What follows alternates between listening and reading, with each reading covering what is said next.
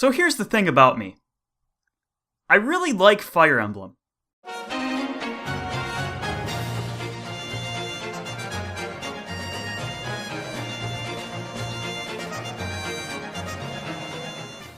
Over the span of a year and a half, this series has become one of my favorites of any of the video games I've played.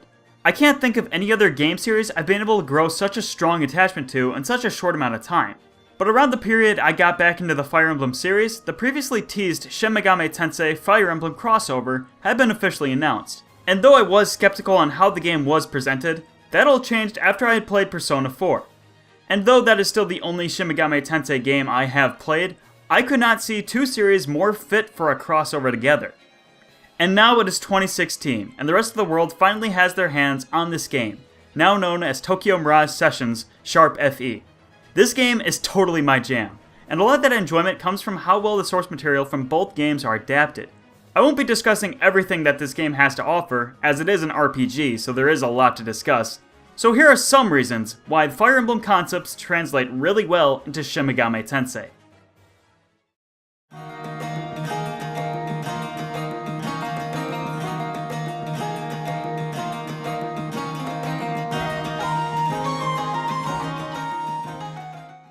The first thing that should be pointed out is that the core gameplay experience takes its cues from Shin Megami Tensei, as this is a party-based RPG as opposed to a strategy board game. Because of that, most of the battle commands are taken from Shin Megami Tensei. You have attacks, both physical and elemental, that follow the same naming conventions as its source material. Every unit on the battlefield is resistant to one type of attack, but at the same time vulnerable to another, which means if that weakness is exploited, can deal more damage and be followed up upon. But how do Fire Emblem concepts fit into here? In this game, the conventional Fire Emblem resistance and weaknesses apply to all units. As examples, Fire Emblem has the staple weapons triangle: swords best axes, axes best lances, and lances beat swords, and that system is here in this game. Even magical weaknesses carry over, such as wind spells being effective against flyers. This effectively makes the battle system, and by extension the game, a Shin Megami Tensei game made for Fire Emblem fans, as their knowledge of the series carries over into this game. Although the most notable mechanics are the ones taken from Fire Emblem, there are new ideas that were created that may take inspiration from multiple mechanics. The most notable being the stage ranks. As characters participate in more battle sessions, they also raise their stage rank, which getting it high enough unlocks passive abilities in battles, as well as side quests. And doing these side quests allows the player to learn more about each character, and also acquire special moves that can tip the scales in battle. Which all this considered reminds me of both social links and support conversations. Although my one criticism, while admittedly a dumb little Christopher complaint, is that the relationships of these characters cannot become intimate. So rip my ships! Which is a shame because Kiria is top tier cutie. I'm sure that some of this does raise some questions. These are all relatively small gameplay additions. Do they really affect the game all that much? And my answer is yes, they do. If you don't mind, I'd like to quickly compare this game to another crossover game on the Wii U, Hyrule Warriors.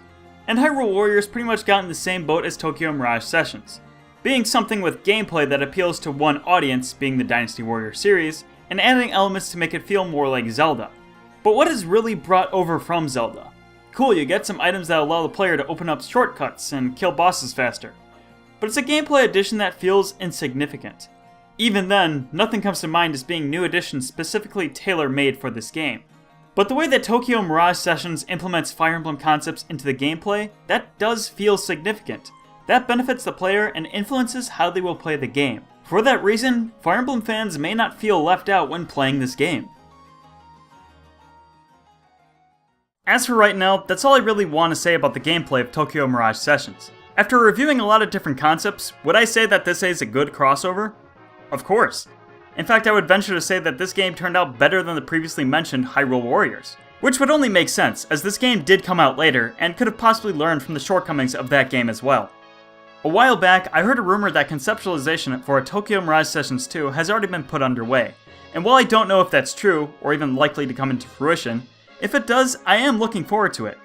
Just next time, consider some of the other things that these games are capable of, and expand upon them, as this game is good where it is, but it has the potential to be brought to a greater height. For example, I'd love to see another leader who has the abilities similar to a wild card. That way you have a main character who can use mirages of all the different classes, and not just strictly lords. And you could collect these Mirages by recruiting them during or after battles. I don't know for sure, I'm no ideas man, I just love to think. But as long as they could mold even more ideas together for the future, I'm sure whatever game concepts they could come up with would be amazing. Or just put in shipping. Honestly, I'll take either or.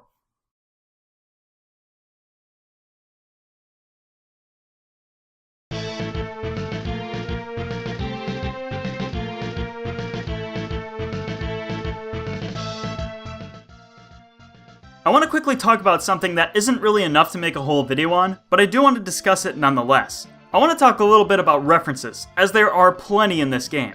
Some references are to Shin Megami Tensei, but most of them are to Fire Emblem. Heck, some are even to neither game. But one huge reference I want to talk about has to do with the overall theme of the game. That theme being the performance arts and idols.